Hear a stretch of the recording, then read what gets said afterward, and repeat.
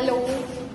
खूप वर्षानंतर आम्ही ऑल फॅमिली म्हणजे माझी कन्या मिहिका आणि आरव तर पुढे गेला आहे आणि आम्ही चाललो आहोत फर्स्ट टाईम गोकर्ण आणि हम्पीला. बघूयात एक्सपिरियन्स कसा असेल आणि पुढचे अपडेट मी तुम्हाला देत राहील. कारण नाही बसलो.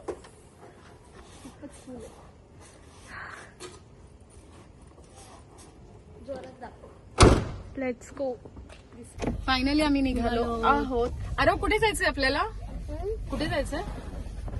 इकडे बघ. गोकर्ण. कुठेतरी जायचंय. चांगलं उत्तर आहे. चांगलं उत्तर.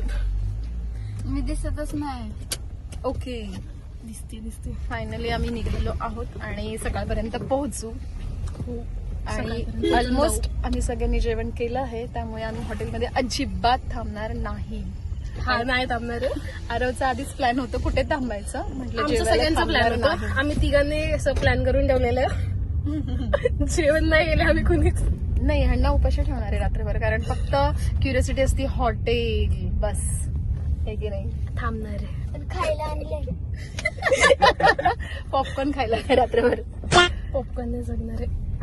वारजे फायनली आम्ही आता सीएनजी भरायला थांबलोय, कारण गाडीत ऑलमोस्ट सीएनजी पेट्रोल काहीच नव्हतं, कारण गाडी वापरणं एवढं विशेष नसतं.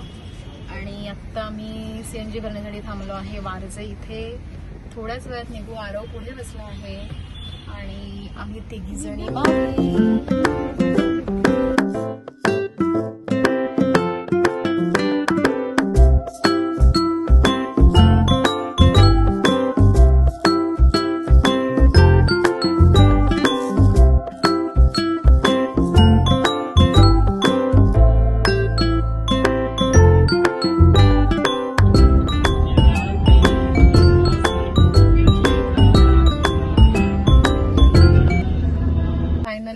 आता कॉफी घेतली. ब्रेक घेतलाय शॉर्ट ब्रेक. आणि बच्चे कंपनी सगळी झोपलेली होती आणि आता उठून बसली आहे. आरव, झाली का झोप तुझी? नाही झालेली. रात्रीचे वाजले आहे 3 वाजलेत. आम्ही बेळगावात पोहोचलो आहोत आणि इकडे ब्रश करण्याचं काम चालू आहे रोडलाच. आणि ब्रश म्हणजे ब्रश नाही हातात, पण पाण्याने चोळ भरणं चालू आहे. इकडे बघ. आणि आमचा पिल्लूड झोपलाय खाली. मी अगदी थोडीशी झोपली. ऑलमोस्ट झोप पूर्ण झाली नाहीये. सनराईज कसलं भारी दिसतंय. आपण गाडीतनच बघू शकतोय. आणि इकडे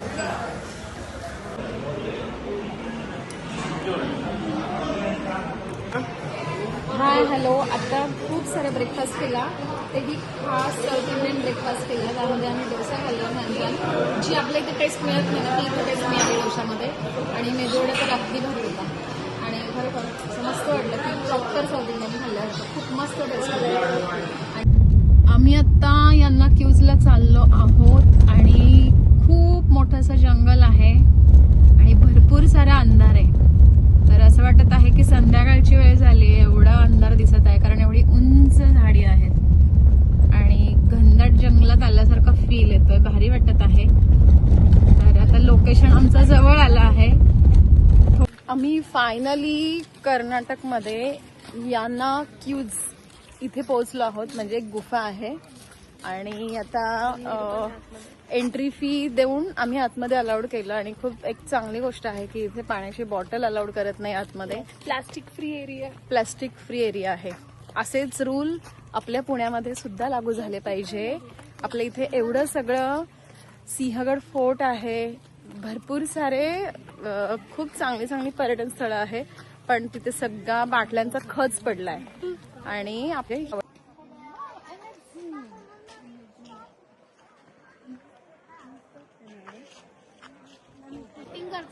फायनली आम्ही इथे पोहोचलो आहोत आणि केवढं असं म्हणजे भारी वाटत आहे. असं वाटतं एखादा मूवी मधलं शूटिंग बघायला आलोय. फायबरचं आहे असं वाटत आहे याना क्यूज.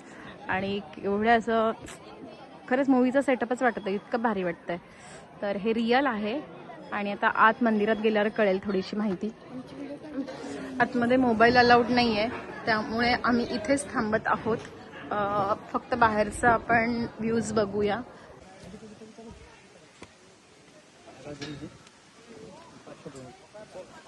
हाय हॅलो, आम्ही फायनली कर्नाटकमध्ये यानाक्यूज इथे पोहोचलो आहोत. आणि खरोखर असं म्हणजे एवढं भारी दृश्य आहे आणि निसर्गाने काय बनवलं आहे ना, असं वाटतंय की एखाद्या मूवीचं सेटअप आपण पाहायला आलोय. पण हे फायबरचं वाटतंय, पण हे फायबर नाही आहे, हे रिअल आहे. आणि भारी म्हणजे आतमध्ये आल्यावर इतकं पॉझिटिव्ह वाईब, सूर्यकिरण एवढे मस्त आणि एवढं उंच पर्वत, एकदम भारी वाटतं. फायनली आम्हाला खूप तहान लागली आहे आणि इथे बॉटल अलाउड नव्हती. नेमकी स्टीलची बॉटल गाडीत राहिली आहे आणि एवढं चढून उतरून थकलोय, भागलोय. आणि आता इथून एंट्री आहे जायला असं कळलंय. आता बघूयात. आणि चप्पल पण अलाउड नाही, चप्पल मंदिरात काढली होती, त्यामुळे आरवचे पाय भासतात आणि आमचे सगळ्यांचे पाय भासतात. खरंच भासतात. आम्ही यानाक्यूब्स कम्प्लीट केलं आहे. मंदिरात दर्शन पण घेतलं. थोडीशी माहिती घेणार आहे की यानाक्यूब्स म्हणजे काय आणि तुम्हाला कसं वाटलं हे लोकेशन, नक्कीच कमेंट्स मध्ये तुम्ही सांगा. आमचं कर्नाटकचं पहिलं लोकेशन डन झालंय. नेक्स्ट लोकेशन आमचं कदाचित गोकर्ण बीचेस असणार आहेत. ओके. आणि आय थिंक आम्ही याच्यानंतर सगळे बीचेसच कव्हर करू गोकर्णमध्ये आणि लास्टला मंदिर कव्हर करू किंवा उद्या मंदिर कव्हर करू. So keep watching. त्याला काय म्हणतात? ब्लूबेरी गोटी सोडा. चांगला आहे का? स्वीट आहे खूप जास्त. इथे काय भेटणार आहे दुसऱ्या एवढ्या ह्याच्यामध्ये? हाय हॅलो, आम्ही फायनली ओम बीचला पोहोचलो आहोत आणि अजून तरी जेवण केलेलं नाहीये.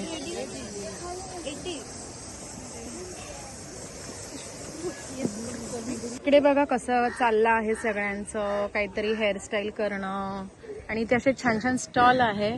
आम्ही सगळ्यांनी असं छान छान काय काय करून घेतलं आहे काकूंकडनं. आणि ऊन इतकं आहे ना, त्यामुळे बीचवर भिजायची अजिबात इच्छा नाहीये, कारण उन्हात जायला नको वाटतं इतकं.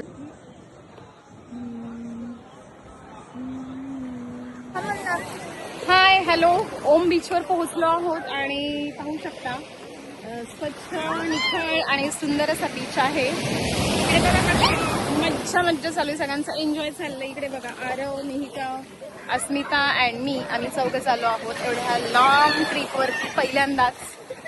तर इकडे बघा कसं एन्जॉय चाललंय.